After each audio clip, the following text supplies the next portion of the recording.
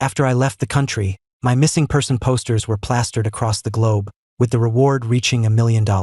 My phone was blowing up with calls and texts from friends and family, all of them begging me to come home. It was all because that cold, proud woman, Chloe, had completely lost her mind. But I just calmly posted on Facebook, "Leveled up to Dad. The rest of my life is for you and our little one." The photo was of my wife and me in a private delivery room, holding our beautiful baby.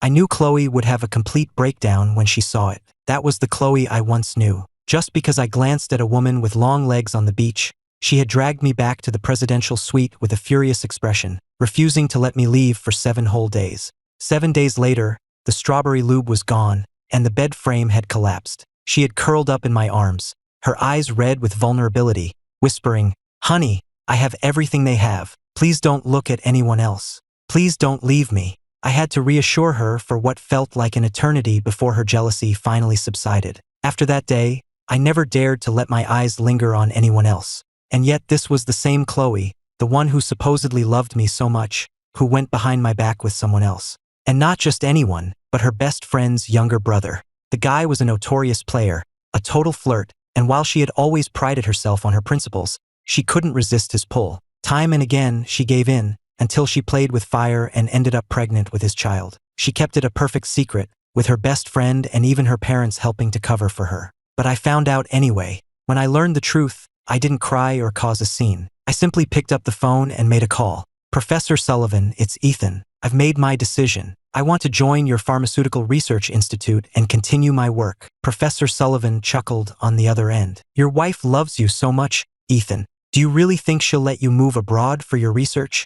I replied slowly, "This is my decision. It has nothing to do with her." "All right then, when can you be here?" "1 week." "Excellent, I'll be waiting for you. By the way, Professor Sullivan, that memory-erasing drug you were developing, are you still looking for a test subject?" The professor's voice turned serious. "What are you implying, Ethan? Please mail a dose to me. I'll be your subject." After I hung up, my phone buzzed with a new iMessage. It was from Leo. He sent a picture of an ultrasound report. The text was clear: embryo at 4 weeks, signs of a threatened miscarriage. Leo's next message came through immediately. "Ethan, my man, Chloe is pregnant with my child. We had a bit of a rough fight in the car the other day, so the doctor said there was a risk. But don't worry, I'm taking her to make sure everything's okay. The doctor says the baby feels safe when its dad is around. He's healthy now, nestled safely in Chloe's womb, ready to arrive in 8 months." He sent another. "Was that you in the taxi that just drove by?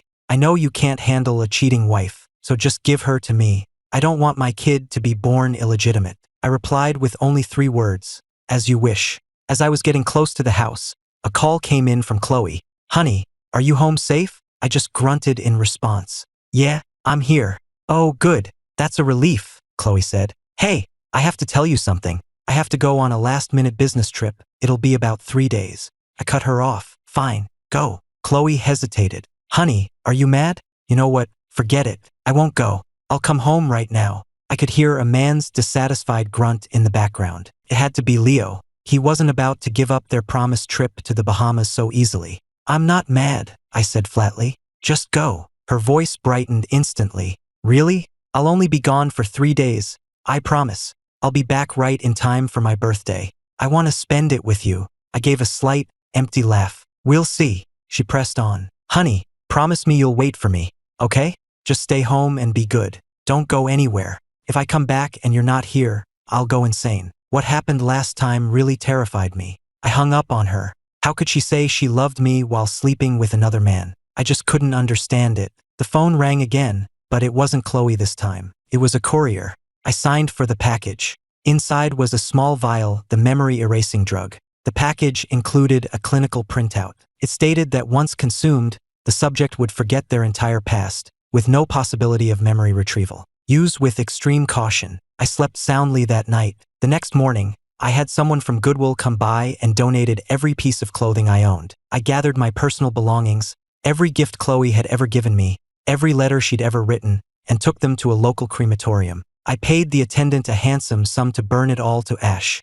A message from Leo arrived right on schedule. "The Bahamas are amazing. Thanks, Ethan. If it weren't for you, I never would have met Chloe. I'd never get to vacation in a place like this without her." He also sent a flood of pictures, all of them featuring Chloe. Chloe rubbing sunscreen on his back. Chloe grilling lobster for him. Chloe with her arms around him, kissing him. I didn't even bother to open the full images. I just turned off my phone and focused on my final preparations. On the second day of Chloe's trip, I went to the bank. I liquidated every account under the name Ethan Miller, taking it all out in cash. I had it converted to British pounds and then closed every single account. Afterwards, I went to the records office and had my public files wiped. I left my phone off all day. The moment I got home and powered it on, a new wave of messages from Leo flooded in. The new mom is already researching early childhood education and baby food recipes. She's going to be such a great mother.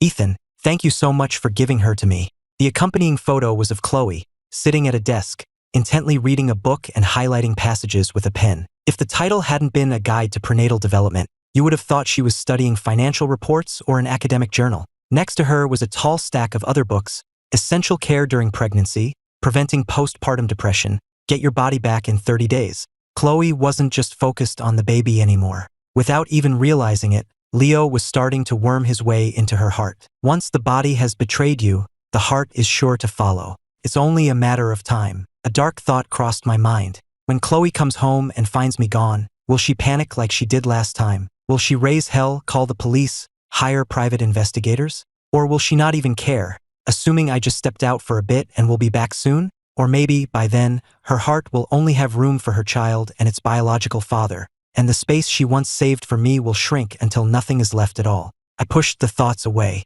I had already decided to leave. Whether she felt regret was no longer my concern. I only knew one thing for certain: I would never regret leaving her, and I would never regret forgetting her. On my last day, I slept for a solid 12 hours. I woke up feeling refreshed and full of life. Looking at my reflection in the mirror, I gave myself a wide, genuine smile. I walked out the door without any luggage. My possessions were already gone, either donated or turned to ash. All I carried was a small messenger bag. Inside was a driver's license, passport, and visa for Wyatt Cole, a one-way ticket to London, and the small vial of memory-erasing drug. The only thing left that connected me to Ethan Miller was the phone in my hand. I used the phone one last time to call a car to the airport. When it was time to pay, I transferred the entire remaining balance of my account to the driver. I got out of the car and started walking. The driver scrambled out after me. "Sir, you made a mistake. The fare was only $130. You sent me $13,000. I smiled at him. "Keep it. Thank you for the ride." The driver looked terrified. "Sir, I can't. I only need the fare for driving you here. I really can't take this much." I looked him straight in the eye. "You didn't just bring me to an airport. You brought me to the start of my new life." After bidding the driver farewell, I popped out the SIM card, snapped it in half, and tossed it into a trash can along with the phone itself. And just like that, the very last tie to Ethan Miller was severed. I asked an airline agent for a pen and paper and wrote a letter to myself. "Wyatt, when you read this, your life is beginning again. Don't get caught up in the past and don't try to figure out who you used to be. Trust me and just keep moving forward. You have everything you need to build a brilliant life for yourself. And never again believe a woman when she says she'll love only you forever. People change. No one can keep that promise. The only person you can ever truly rely on is yourself. So love yourself." Once I finished, I folded the note and placed it in the inside pocket of my jacket. Somewhere I would be sure to find it as soon as I was aware of myself again. The final boarding call echoed through the terminal. "Passenger Wyatt Cole, your flight is now ready for departure. Please proceed immediately to gate H25. I took the small vial from my bag and downed its contents in one gulp. The liquid was bitter, but to me it tasted like freedom. Without a single look back, I walked onto the plane. Chloe landed back in New York on the afternoon before her birthday. As they had planned, she was supposed to go home to celebrate with me. The tinny voice of the airport PA system made another annoying announcement. "Passenger Wyatt Cole, please proceed to your boarding gate immediately." Wyatt Cole. Chloe didn't recognize the name, but something about it felt wrong. Like a sudden hollow space had opened up in her chest. An inexplicable emptiness washed over her. She glanced toward the gate and saw a familiar silhouette hurrying away. Her eyes narrowed, and she instinctively started to follow. But after a single step, Leo's voice stopped her. Leo appeared at her side, holding a hot coffee, his voice full of affection. "Your favorite mocha. I got it for you." He noticed her strange expression and asked with concern, "Where were you going just now? Are you feeling okay?" He reached out to feel her forehead, but she shifted away before he could touch her, replying coolly, "It's nothing." Chloe stood there in the crowded airport terminal, a handsome young man doting on her. It was a life many would envy, yet she couldn't shake the feeling that something was deeply wrong. It felt as if something precious had been stolen from her when she wasn't looking. When she didn't respond, Leo draped an arm over her shoulder, trying to pull her into an embrace. "You have to go back to Ethan tonight anyway, so why don't we celebrate a little early?" He whispered the last part right next to her ear. Normally, Chloe wouldn't have pushed him away, but today she was in no mood for it. She stood up abruptly. "I need to go home," Leo whined, grabbing the hem of her jacket. "But you're going home tonight anyway, what's the hurry? Besides, you're spending your birthday with him tomorrow. Today, I'm not sharing you with anyone else." The casual way he referred to Ethan struck a nerve. Chloe's expression hardened. She turned and gave him a look of such severity that it made his blood run cold. He immediately softened his tone, trying to sound endearing. "Chloe!" Before he could finish, she cut him off with a voice like ice. "Leo, I have warned you before. You need to understand your place. Ethan is the love of my life. No one can ever replace him in my heart." Without another word, she turned and walked out of the airport lounge, leaving Leo standing there, completely stunned. Chloe drove home as fast as she could, but when she walked through the front door, all she saw were the housekeepers going about their duties. She frowned. "Where is Mr. Miller? Where is Ethan?" The staff just looked at each other, their faces blank with confusion. A flare of irritation rose in her chest. "What exactly do you people do all day? You don't even know where he is." Everything in the house was in its proper place, but as Chloe scanned the rooms, she couldn't find any sign of me. She pointed to one of the housekeepers. Where did he go?" The woman hadn't seen me all day and could only guess. "Perhaps Mr. Miller is resting in the bedroom." Chloe didn't waste another second on them. She hurried up the stairs to our bedroom. The moment she pushed the door open, the hope in her chest vanished. The room was empty. There was no trace of me. A wave of disappointment washed over her confusion. After they married, my entire life had revolved around her. I'd even lost touch with most of my old friends. Her eyes scanned the room until they landed on an envelope resting on the nightstand. My handwriting was on the envelope, for Chloe. They had been together for so many years. What could possibly need to be said in a letter that couldn't be said to her face? Confused, Chloe opened the letter. She stared at the page, frozen, as if the words were in a foreign language. It took a long moment for their meaning to sink in. "I know everything you've been hiding. You don't have to worry about how to break it to me anymore, because I'm stepping aside to let you two be together. I'm gone. We will never see each other again." With just a few short sentences, our years together were brought to an end. Chloe clutched the letter, her eyes darting back and forth over the words until the paper was crumpled in her fist. She shot to her feet, shouting my name as she began to search the house frantically. "Ethan, stop playing games. I can explain everything." She thought this was just some cruel joke meant to scare her. But after searching every single room, she couldn't find a single trace of me. My clothes were still hanging in the closet. Chloe couldn't believe it. Someone who was truly leaving wouldn't just leave everything behind. She rushed to the garden in the backyard, then, finding it empty, ran all the way up to the rooftop terrace, thinking I might be waiting for her there. But the rooftop sunroom was empty, except for the porch swing we had picked out together. Chloe sank onto the swing, pushing off gently with her toes. She tilted her head back and looked up at the sky, as if trying to recapture the feeling of the nights we had spent up there, stargazing together.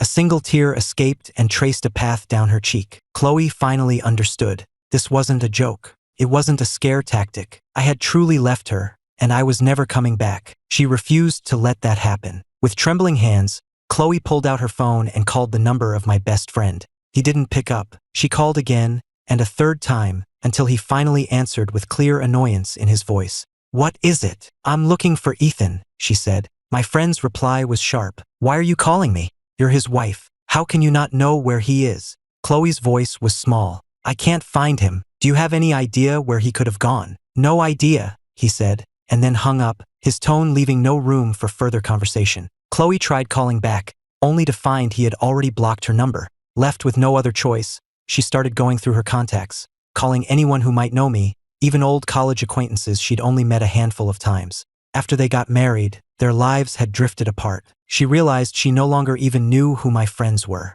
She called person after person, but the answer was always the same: "I don't know." If she pushed for more information, the polite ones would patiently explain they couldn't help, while the less patient ones would just get angry with her. One old acquaintance was particularly blunt. "At your wedding, You swore you'd love him forever. Now he's gone. Don't you think you should be asking yourself why? A chill went down Chloe's spine. What do you know? You know exactly what you did, the person said before hanging up. Did you really think Ethan was so stupid he wouldn't find out? Figure it out yourself. They knew. They knew more than she had imagined. The more she thought about it, the more terrified she became. A horrifying idea began to form in her mind. I had left so abruptly, taking nothing with me. Was it because I thought I would no longer have any use for worldly possessions? Chloe couldn't bear to entertain the thought. Frantic, desperate to reach me and make sure I wasn't struggling, she opened her banking app. She began transferring huge sums of money into my account, adding the same note to every transaction. Where are you? She transferred payment after payment, not caring about the amounts. Money was the one thing she had in abundance. All she wanted was for me to come back. But her hope was shattered by a phone call from a bank representative. Ms. Anderson, we're calling to inform you that the transfers you initiated have failed. The destination account was closed 3 days ago. The funds will be returned to your account within 2 hours. The representative continued with polite apologies, but Chloe didn't hear any of it. She just kept asking, is there any way for you to contact him? The answer, of course, was no. She hung up and started downloading the social media apps she remembered seeing on my phone. She knew I used to post my photography online. Back when things were good, she would always like and comment on my posts. But at some point, all of that had stopped. I was old-fashioned with my online presence. My username on every platform was Sunshower, and my profile pictures were always photos I had taken. But when Chloe typed that name into the search bar, all she found were unrelated accounts or the message, user not found. The conclusion was obvious. I hadn't just closed my bank accounts. I had deleted my entire online presence. A wave of despair, deeper than any she had ever known, washed over Chloe. This wasn't just about leaving her. This was about erasing every good memory they had ever shared. Unwilling to accept this, she scoured the terms of service for different platforms, looking for a loophole. She found a smaller site with a vague privacy policy and called their support line. She got straight to the point. My name is Chloe Anderson. I'm the wife of the user Sunshower. He's missing and I believe he's in danger. I need you to restore his account data. The support agent was polite but firm. Ma'am, account data is private information. Only the user themselves can reverse a deletion request. Chloe's voice rose with agitation. I'm his wife. We're family. Doesn't that count for anything? That only proves you are legally married, ma'am, not that you are acting on his behalf, the agent replied. Aren't you afraid he'll sue you? Chloe snapped, resorting to threats. He's run away from home, and he left without a word. If you ignore my request and something happens to him, I will hold your company legally responsible. The agent was unfazed. You are free to do so, ma'am. If you can provide us with a court order, we will of course have no reason to refuse. Realizing her threats were useless, Chloe's breath hitched. She let the raw fear and helplessness she felt take over, her voice trembling. Please, I'm begging you. Can't wait. I just need a clue, anything. I'm so worried about him. She was on the verge of sobbing, and in a last-ditch effort to convince him, she rattled off her personal information, anything to prove she was telling the truth. The agent finally relented, agreeing to escalate her request, but warned her it would take some time. Chloe waited, clutching her phone, refreshing the page over and over. When my profile finally reappeared, she felt a surge of life return to her. She immediately scrolled all the way to the bottom to my very first post. When I first made the account, I was still in college. I used the popular emoticons of the time to document my life. We're together, the first post read, accompanied by a picture of my hand holding Chloe's. We had just fallen in love back then. Just being together was enough to make us happy. Even doing nothing, just sitting next to each other in comfortable silence, felt sweet. A faint smile touched Chloe's lips. She hadn't thought about those days in a very long time. Scrolling through these old posts felt like reliving every beautiful moment. A picture she took of me. The office we rented together. Her career is taking off. As of today, I'm her legal husband. Happy wedding day to us. The stars are so beautiful from here. This is our new home. I used to love sharing our life. Every sweet moment from our dating years, every happy memory from our marriage, I documented it all with photos. As Chloe looked at them, the beautiful memories played out in her mind like scenes from a movie. But then, 6 months ago, the post stopped.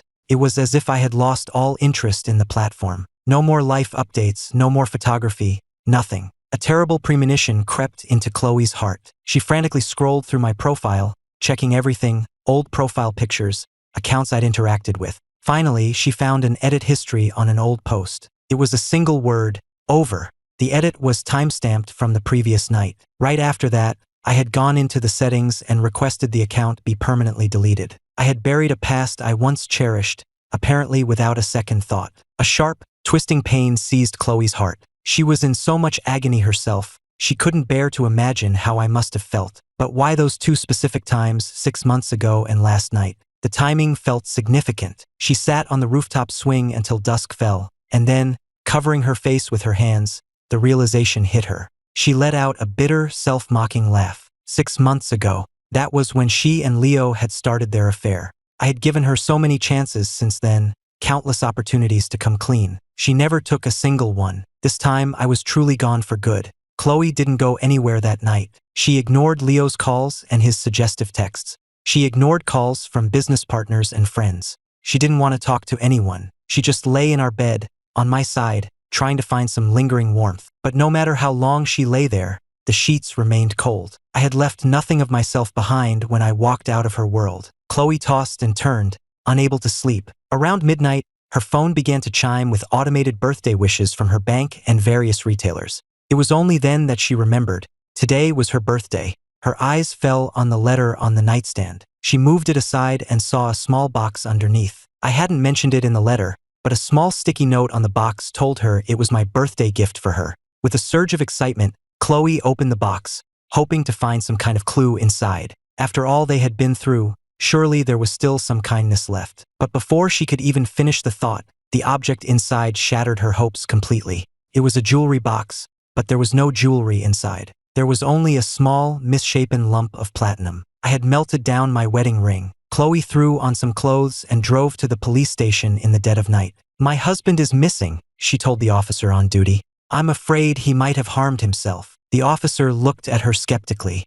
"How long has he been missing, ma'am? Did he leave a note?" Chloe shook her head. "No," the officer sighed. "Ma'am, please be honest with us. If your husband left anything at all, it could be very helpful in our search." "We have a wonderful relationship," Chloe insisted. "I've called him so many times, but he won't pick up." She was convinced that our relationship meant everything to me, that I would sooner give up on life itself than give up on us. The officer offered a different perspective. "Are you sure your husband isn't just trying to leave you, ma'am? Everything you're describing sounds like someone who's packed up and moved out. It's the 21st century. People don't usually end their lives over relationship problems." But Chloe wouldn't hear it. "You don't understand," she insisted. "We've been in love since college. He gave up everything to support my career. He doesn't even talk to his friends anymore." She sounded almost proud, as if she were boasting about how much I adored her. The officer held back a sarcastic remark and began the standard procedure with his colleagues. They worked through the night, but by the time the morning rush hour started, they had found nothing. It was as if I had either vanished into thin air or was an expert at covering my tracks. Chloe had been up all night, and her eyes were bloodshot, but she showed no signs of leaving. Then, a call came through from an unknown number. After a brief conversation, she rushed out of the station and sped off in her car. The call was from a woman identifying herself as a lawyer. She said she was representing me and needed to discuss an urgent matter with Chloe in person. She gave an address for her firm. Chloe didn't waste a second. She drove like a maniac, running countless red lights to get there as fast as humanly possible. The lawyer seemed surprised by her quick arrival. She led Chloe into her office and got straight to the point, handing her a folder. "It's a divorce agreement," the lawyer explained. "Mr. Miller has already signed his portion. If you have no objections, Ms. Anderson, all we need is your signature." Chloe didn't even reach for the papers. Her eyes darted around the office, as if expecting me to be hiding somewhere. The room was small. There was nowhere to hide. She stared hard at the lawyer. "Where is my husband? Where is Ethan? I'm not talking to you. Whatever he's planning, he has to tell me to my face. Otherwise, what were all our years together for? Tell him to come out." The lawyer shrugged. "Ms. Anderson, I must remind you that Mr. Miller has entrusted me with handling all matters related to this divorce. Any and all meetings will be with me. Furthermore, in this marriage, you are the party at fault. However, Mr. Miller is not interested in pursuing that. For the sake of your past relationship, he is willing to part ways amicably. His share of the marital assets has been designated, through our firm, for donation to various charities. He also wishes for you to cease all attempts to find him." The lawyer relayed my wishes. Chloe blinked, her voice full of disbelief. Is that all? He has nothing else to say to me? The lawyer thought for a moment, then shook her head. No, that was all. Chloe let out a cold laugh. She snatched the agreement from the lawyer's hand, but instead of reading it, she tore it into tiny pieces and threw them on the floor. Well, I have something to say to him. I'll give him any amount of money he wants. If he wants to build schools or fund scholarships, I'll do it. But I will never, ever agree to a divorce. The lawyer glanced down at the confetti of paper on her floor, then walked back to her desk. Just as Chloe thought she might be calling me, the lawyer returned with a fresh copy of the agreement. Ms. Anderson, Mr. Miller predicted this. What did he say? Chloe asked. He said you wouldn't agree to the divorce easily, and that you would almost certainly tear up the first copy. He instructed me to print several extras. So please, if you need to vent, feel free to tear up as many as you like. I can always print more. This time, the lawyer offered a pen along with the papers. All the fight seemed to drain out of Chloe. She backed away, leaning against the wall for support. I need to see him. Just tell me where he is, and I'll pay you handsomely. How about $10 million? The lawyer just smiled, and Chloe, assuming the offer was too low, quickly upped the ante. $50 million. That has to be enough. You could quit this firm and start your own. The lawyer waited patiently for Chloe to finish, then handed her a business card. Ms. Anderson, I genuinely do not know where Mr. Miller is. He would never entrust me with such sensitive information. Also, this is my firm. It turned out she was a named partner at the firm, a renowned divorce attorney. My choosing her was a clear sign that my decision was final. Chloe clutched the business card, feeling utterly defeated. Does he really want to leave me that badly? She asked. It doesn't matter. You can print 1,000 copies.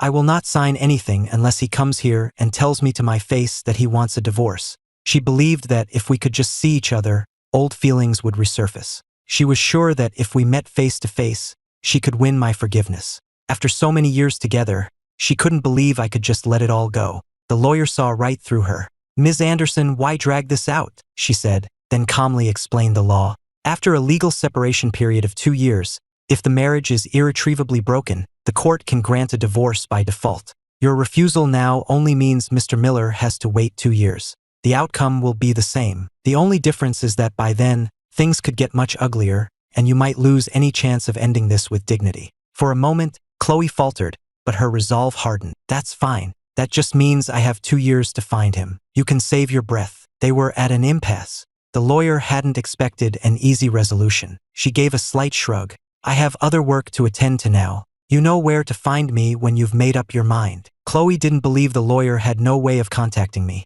so she decided to stay put and wait her out. But her plan was quickly interrupted. Before long, the police called, asking where she was. Worried they would drop my case if she told them about the lawyer, she was deliberately vague. I'm just taking care of some work business. The officer sounded annoyed. Fine. Well, can you come down to this location now? We've tracked Mr. Miller's phone signal to a specific spot. We need you to come and identify it. I'll be right there, Chloe exclaimed, her heart pounding with excitement. She thought she was about to see me again, but when she arrived at the coordinates, she found herself in the middle of a desolate, empty lot. There was nowhere for a person to hide. Horrific images from news stories she'd seen flashed through her mind, and her knees felt weak. Thankfully, an officer approached her before she could collapse. Ms. Anderson, I'm sorry. We only found this phone. It looks like it was just tossed out here. We haven't found any other clues, and the phone itself is dead. Can you confirm if this belongs to your husband? The trail had gone cold again, but for Chloe, at that moment, no news was good news.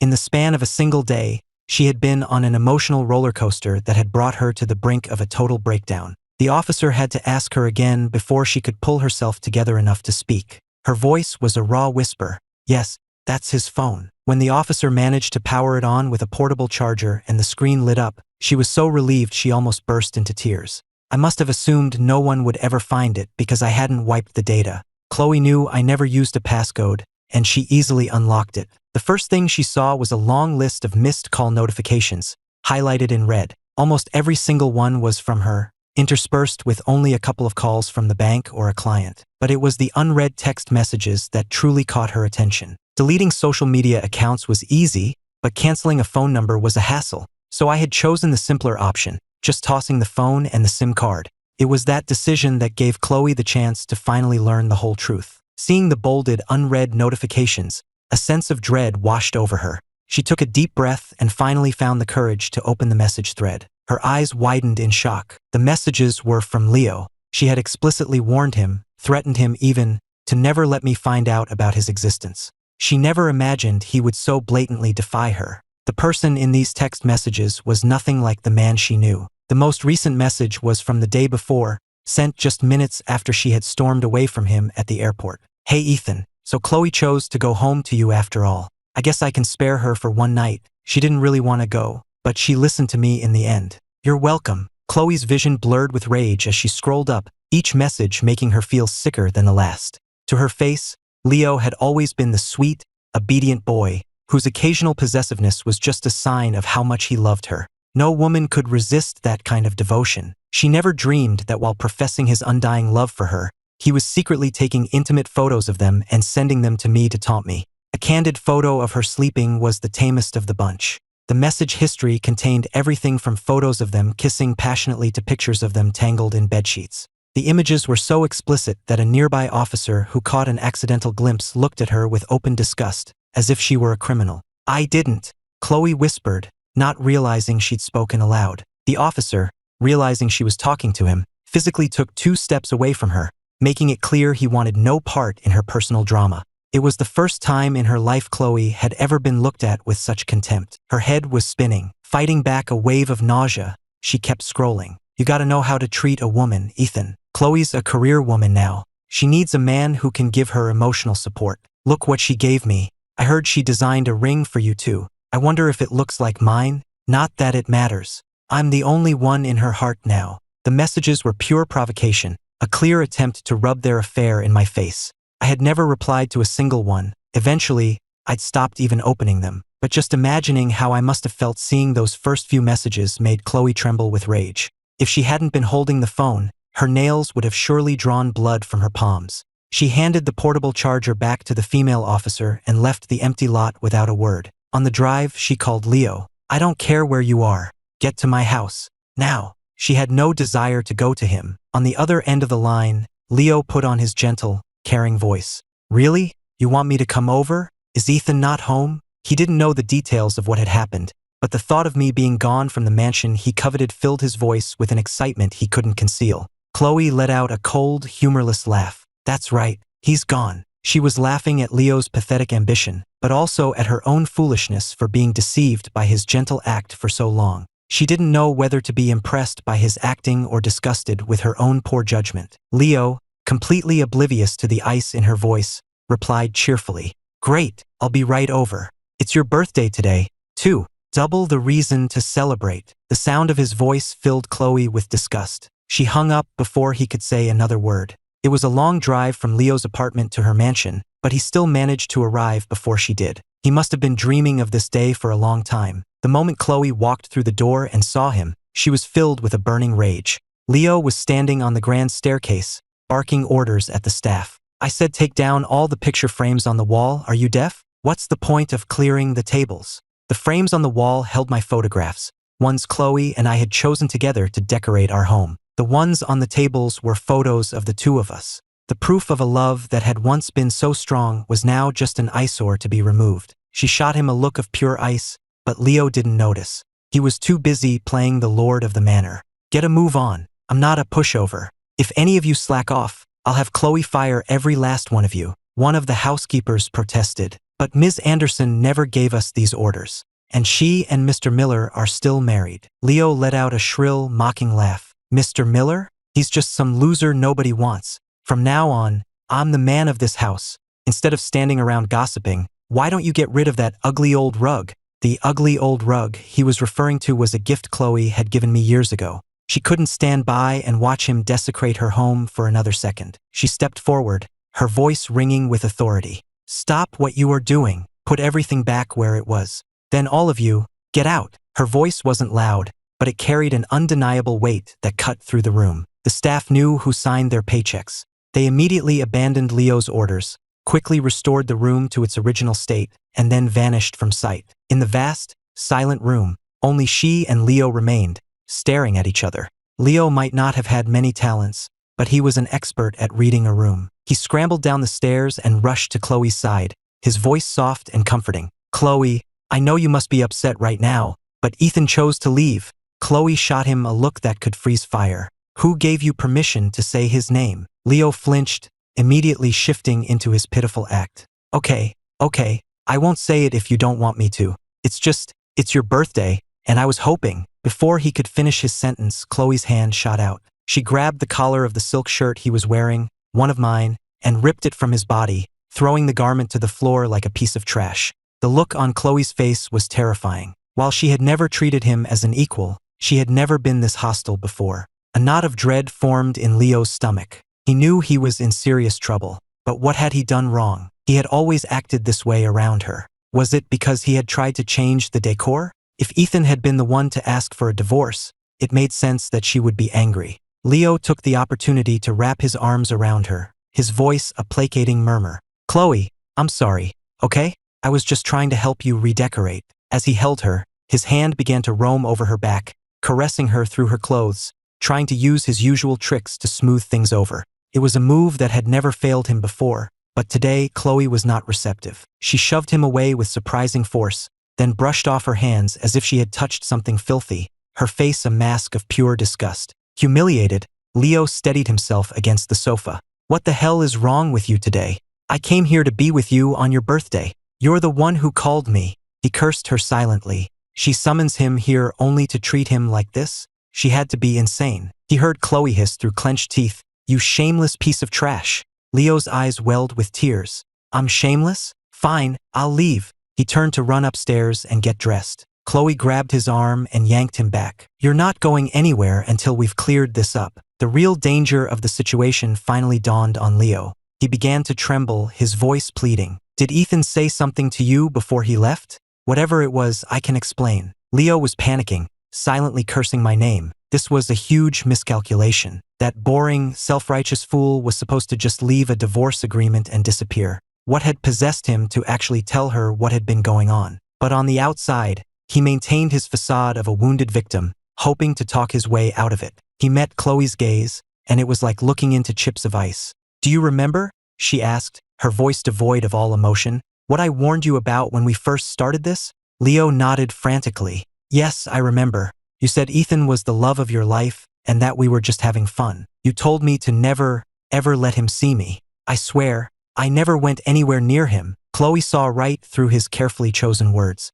Then dare to swear it. Swear that you did exactly as I said, that you never harassed him, that you never sent him those disgusting messages.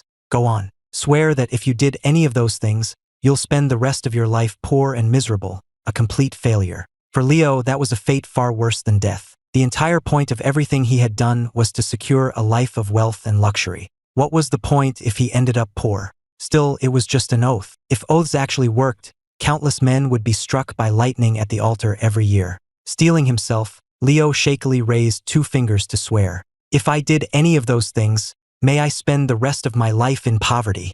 He couldn't bring himself to finish the sentence. The mere thought of being poor made him feel faint. Chloe sneered. You can't even get through a simple oath. Do you really expect me to believe you? Then again, I suppose I have been an idiot, letting you play me for a fool for so long. Her voice rose with every word until she was screaming at him. It was over. It was really over. Leo knew that for Chloe to be this direct, she must have proof. Forcing himself to look composed, he dropped to his knees on the very rug he had just insulted, his voice breaking. Chloe, please, forgive me just this once. I only did it because I love you so much. Chloe laughed as if he had told the funniest joke in the world. Love me? She sneered. Or do you love my money? I think we both know the answer to that. She had no time for his lies. She pulled out my phone, unlocked it, and shoved the screen in his face. You sent these, didn't you? The proof is right here. What do you have to say for yourself now? The sight of him made her sick to her stomach, but with me gone, she needed answers. Leo's first instinct was to grab the phone, but Chloe snatched it back before he could touch it. It was the last thing she had of me. Leo lunged for it but came up empty. The color drained from his face. He opened his mouth to make an excuse, but no words came out. He had sent all those photos, all those messages. Even if he had deleted them from his own phone, it was useless if I hadn't deleted them from mine. He was sick with regret. If he had known this would happen, he would have been so much more careful. Unwilling to lose everything he had worked for, he changed tactics. He lunged forward and grabbed the hem of her dress. Please, Just forgive me this one time. Give me one more chance, and I'll prove I can be a good husband to you. I'll even help you handle the divorce scandal." He scrambled for any reason she might be angry, desperate to fix it, never once considering the simple truth that she truly loved me and that losing me was destroying her. "Shut up," Chloe snarled. "My husband is Ethan Miller, and only Ethan Miller. A shameless creature like you has no right to even be in this house. Get out." Leo looked heartbroken. "You can't do this to me. After everything we've been through, I've worked so hard for you." Listening to his pathetic whining filled her with nothing but disgust. She shoved him away and, without a backward glance, pressed the intercom button for security. The head of security rushed in. "Ms. Anderson, is everything all right?" With her back still turned, Chloe waved a dismissive hand. "Remove this person from my property, and make sure he never sets foot here again." "Chloe," Leo cried out in a pitiful voice. "I'll never do it again, I swear. You're carrying my child. For our baby's sake."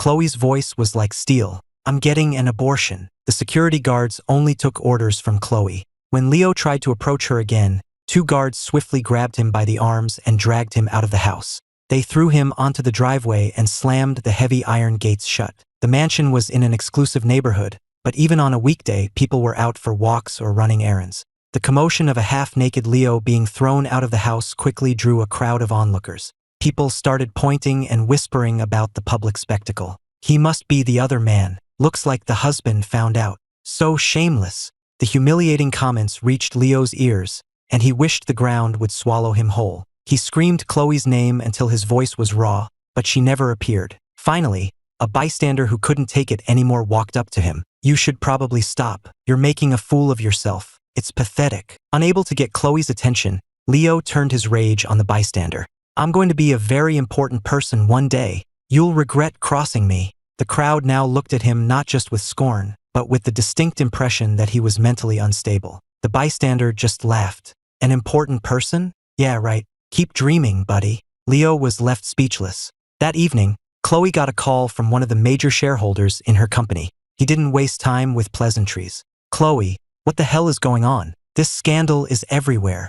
Chloe, slumped on the sofa, replied without a trace of concern. "Don't call me about work. I don't care anymore." The shareholder was furious. "You don't care? The scene at your house is all over the internet. Our stock is going to tank when the market opens tomorrow." It was only then that Chloe understood. The scene with the half-naked Leo had been filmed by bystanders and posted online. Someone had recognized her mansion and tagged her company's official Twitter account. The entire industry was watching the drama unfold, and clients were calling non-stop. Chloe listened to all of this with a profound indifference, as if the company had nothing to do with her. After hanging up, she summoned the head of her security detail, the one who handled her sensitive affairs. "Find Leo," she commanded. "Bring him to me." Around midnight, they brought a disheveled Leo before her. "Ms. Anderson, he wasn't at his apartment. He said he got chased by some stray dogs and ended up lost on the outskirts of the city." Leo was still shaken, wrapped in some tattered cloth he'd found somewhere. He trembled as he pleaded with her. "Chloe, you changed your mind, didn't you? I meant everything I said before. Just give me one more chance." He saw Chloe rise and walk toward him, and a flicker of hope appeared in his eyes. But before he could speak, she looked down on him with utter contempt. "I've been thinking, letting you just walk away would be getting off too easy. You are the reason Ethan left me. I can't let that go unpunished. You will pay a price. You always wanted to change your life, didn't you? Well, I'm going to help you." She turned to her men. "Take him to a plastic surgeon, a discreet one. I want his face ruined." Leo's pretty face was his only asset. He scrambled backward in terror, desperately trying to find an excuse. "You can't do this to me. I'm the father of your child." Chloe just laughed, a cold, empty sound. She didn't believe a word of it. She gave her men a sharp nod, a silent order to proceed. "You're insane," Leo screamed. "This is illegal." But she was completely consumed by thoughts of me. Nothing else mattered. She looked down at Leo one last time. "You had better pray that Ethan is safe," she said, her voice chillingly calm. "Because if he's not, this is only the beginning." Leo was shoved into a black car, and he pounded desperately on the windows. One of the men pressed a cloth soaked in chloroform over his face. Under the cover of darkness, the car sped away towards the city's industrial outskirts. Chloe sat alone on the sofa for a long time, pouring herself drink after drink. But instead of numbing the pain, the alcohol only made her mind sharper. What was the point of punishing Leo? She knew the person I must hate most in the world was her. Her head of security knocked for a long time before cautiously entering the room. "Ms. Anderson," he reported quietly.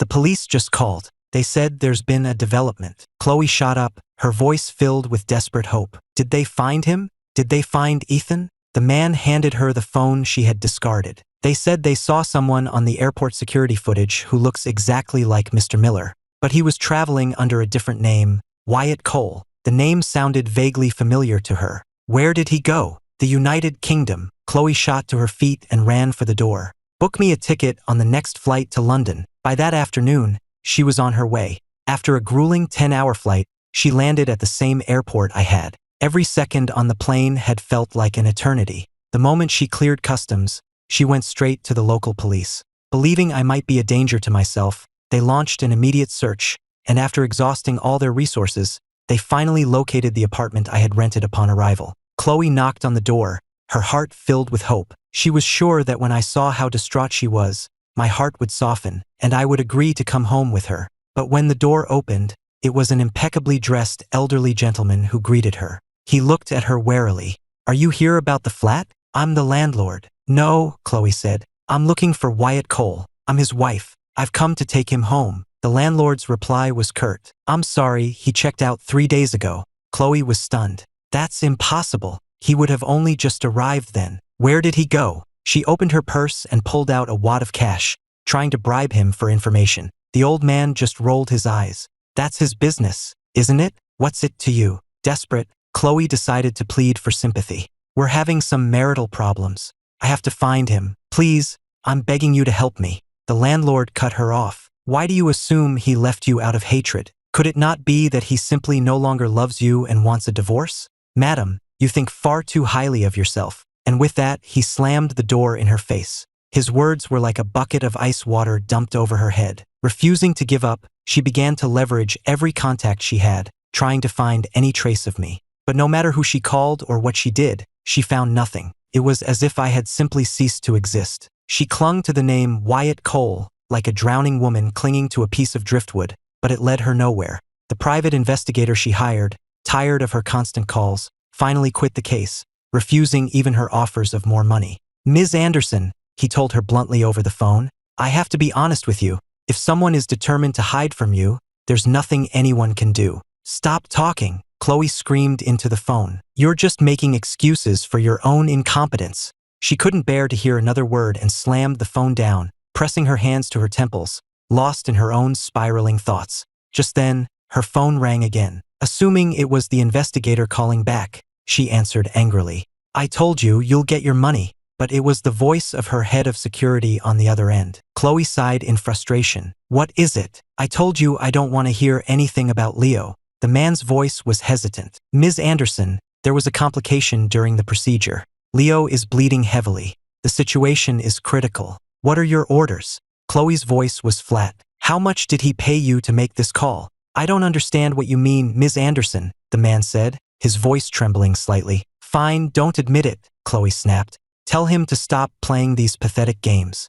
I don't care if he lives or dies." Then she added, "Actually, don't bother with him anymore. Just ship him off to Southeast Asia. I hear they're always looking for new talent in the clubs over there." The security chief felt a chill run down his spine. "Yes, ma'am. I'll see to it immediately." He never imagined she was capable of such madness. And just like that, Leo Vance disappeared from the face of the earth. Chloe remained lost in her grief. She blocked every call that came from her company. Eventually, the calls stopped coming altogether, and rumors of a corporate takeover began to circulate. But she didn't care. She remained in Europe, chasing ghosts.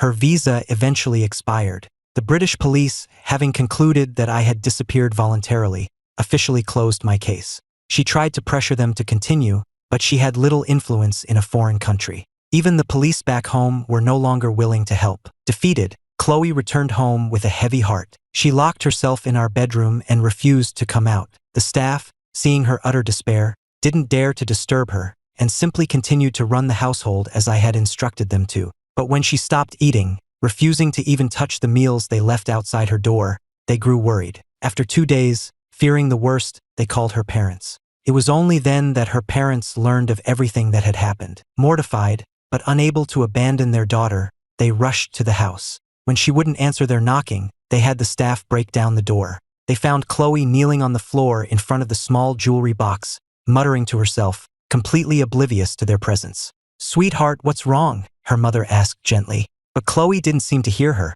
She just kept whispering to the box. A chill went through everyone in the room. Her father cautiously approached her and could finally make out the words she was repeating over and over again. "Ethan, I was wrong." Her father slapped her across the face. "What good is this doing?" he yelled. "You had a perfect life and you threw it all away for this nonsense." The shock of the blow seemed to bring Chloe back to reality. She slowly turned to face them. "Dad? Mom? You're here. Do you know where Ethan is?" She tried to stand, using a nearby table for support, but she was too weak and stumbled, sending everything on the table crashing to the floor. Seeing the dark circles under her eyes and the bruise forming on her chin, her mother burst into tears. "Oh, sweetheart, why are you doing this? You have to let him go." Her father, frustrated but unable to bear seeing his daughter like this, softened his tone. "Stop torturing yourself. Instead of this, you should be looking after your company." He had heard the rumors. The stock price was in freefall, and they had lost several major contracts because of the scandal.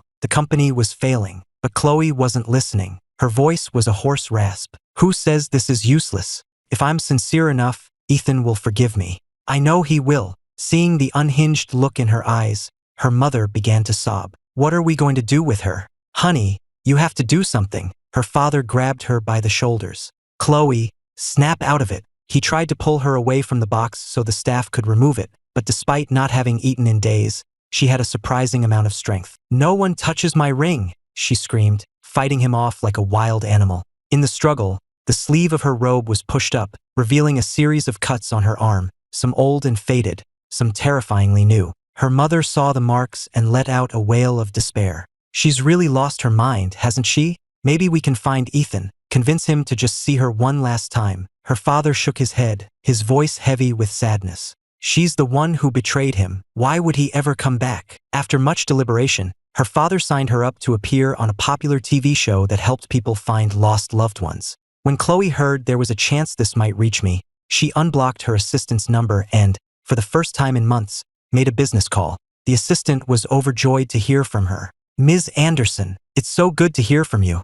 The company has been..." Chloe cut her off. "I don't care about the company. I'm going to be on a television program. I need the PR department to promote it. I want you to invest in the show to make sure it airs as soon as possible. I'm going to apologize to Ethan and ask him to give me another chance." Chloe continued to give instructions, but her assistant was in shock. "Ms. Anderson, have you considered what this will do to the rest of us? The company's reputation will be destroyed. What about our jobs?" "What does that have to do with me?" Chloe replied. The only thing that mattered was what she wanted. The assistant's heart went cold. "Is there anything else, Ms. Anderson?" "Yes," Chloe added. "After the show airs, I want the video of my apology posted on the company website and promoted on every major social media platform globally. It is imperative that he sees how sorry I am. Do you understand?" Chloe was as arrogant and demanding as ever. She had no idea that the entire company was on the verge of mutiny, that everyone had long since lost all respect for her.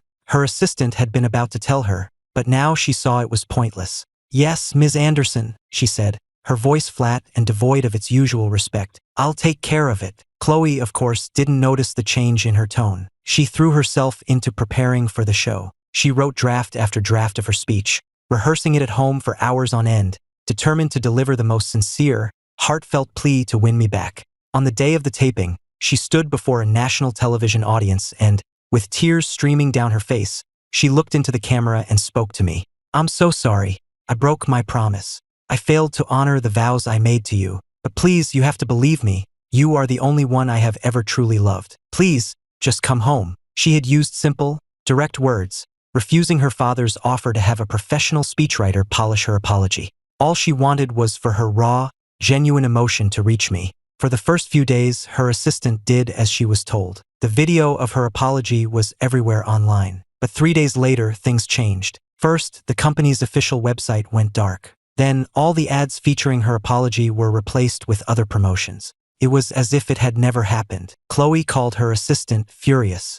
But before she could get a word out, the assistant launched into a tirade of her own. "Ms. Anderson, I assumed that since you've completely abdicated your responsibilities, you no longer cared what happened to the company. To be honest, things have been chaotic here for a long time. Luckily for all of us, your main competitor has agreed to acquire what's left. The reality of her situation finally hit Chloe. She was about to lose everything. What about my shares? She asked, her voice small. The assistant's reply was cold and final. The company was sold after filing for bankruptcy.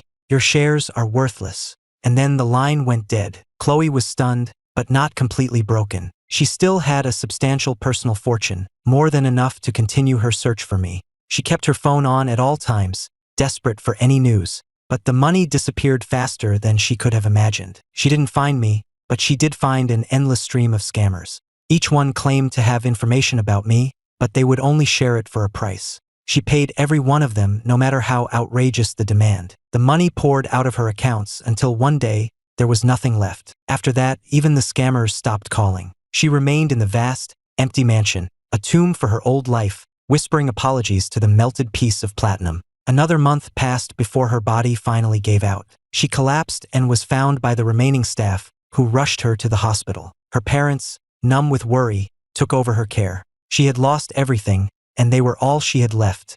After a thorough examination, her doctor spoke to them with a grave expression. You need to prepare yourselves. Your daughter is suffering from extreme psychological distress. She's been through a severe trauma, and her condition is critical. If she continues to decline, she may become a danger to herself. The news struck her parents like a physical blow, but they knew they had no other choice.